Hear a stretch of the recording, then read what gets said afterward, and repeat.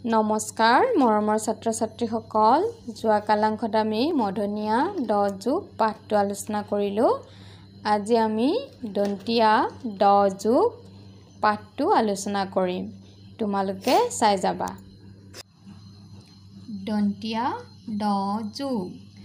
দন্তিয়া ন যোগ দন্তিয়া ড সমান দন্তিয়া নয় দন ড দন্তিয়া ন যোগ দন্তিয়া ড সমান দন্তিয়া নয় দন ড বত্ৰিকেৰে ব্ৰি দন্তিয়া নয় দন ড বৃন্দ আ দন্তিয়া নয় দন ড আনন্দ ব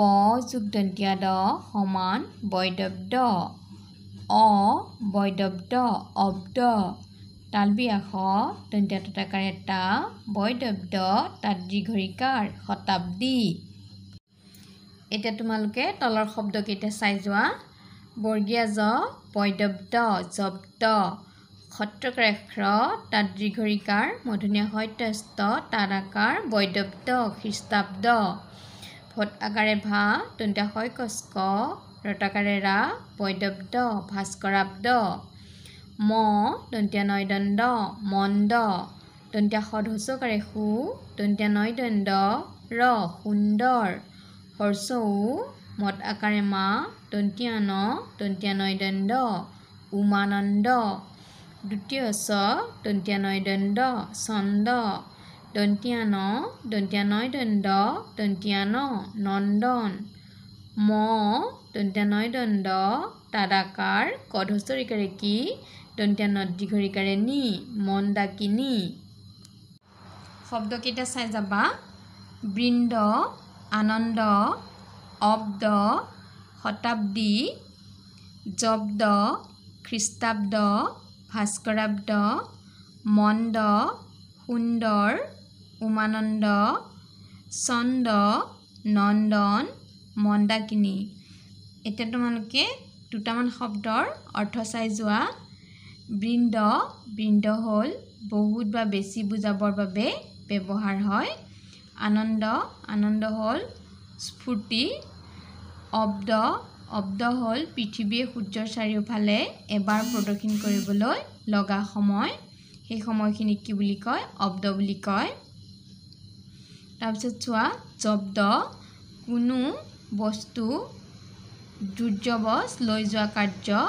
মানে কৰ্তৃত্বশীলভাৱে কোনো বস্তু লৈ যোৱা কাৰ্যক জব্দ বুলি কয় তাৰপিছত তোমালোকে চোৱা মন্দ মানে হ'ল কি বেয়া তাৰপিছত তোমালোকে চোৱা নন্দন হ'ল পিতৃ মাতৃৰ ল'ৰা সন্তানবিলাকক কি বুলি কয় নন্দন বুলি কয় তাৰপিছত তোমালোকে চোৱা উমানন্দ হ'ল পৃথিৱীৰ ভিতৰতে ক্ষুদ্ৰতম নদীদ্বীপৰ নাম উমানন্দ তাৰপিছত চোৱা তোমালোকে মন্দাকিনীও ঠিক তেনেকৈ ভাৰতবৰ্ষৰ উত্তৰাঞ্চলৰ মাজেদি বৈ যোৱা এখন প্ৰধান নদী সেই তাক কোৱা হয় মন্দাকিনী তোমালোকে বাক্যকেইটা চাই যোৱা লগৰীয়াৰ সৈতে খেলা ধূলা কৰি আনন্দ লাভ কৰিব পাৰি জাতি ধৰ্ম বৰ্ণক লৈ কণ্ডল কৰা নিন্দনীয় কাম উমানন্দ পৃথিৱীৰ ভিতৰতে ক্ষুদ্ৰতম নদীদ্বীপ দেৱৰাজ ইন্দ্ৰৰ ফুলনি বাগিচাখনৰ নাম নন্দন কানন এতিয়া তোমালোকে ইয়াৰ পৰা আহিব পৰা প্ৰশ্ন কেইটামান চোৱা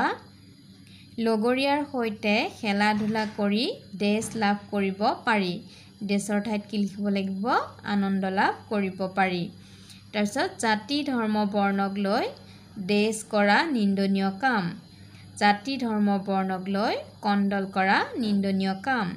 কণ্ডল মানে হ'ল কাজিয়া দেশৰ ঠাইত কণ্ডল লিখিব লাগিব কণ্ডল কৰা নিন্দনীয় কাম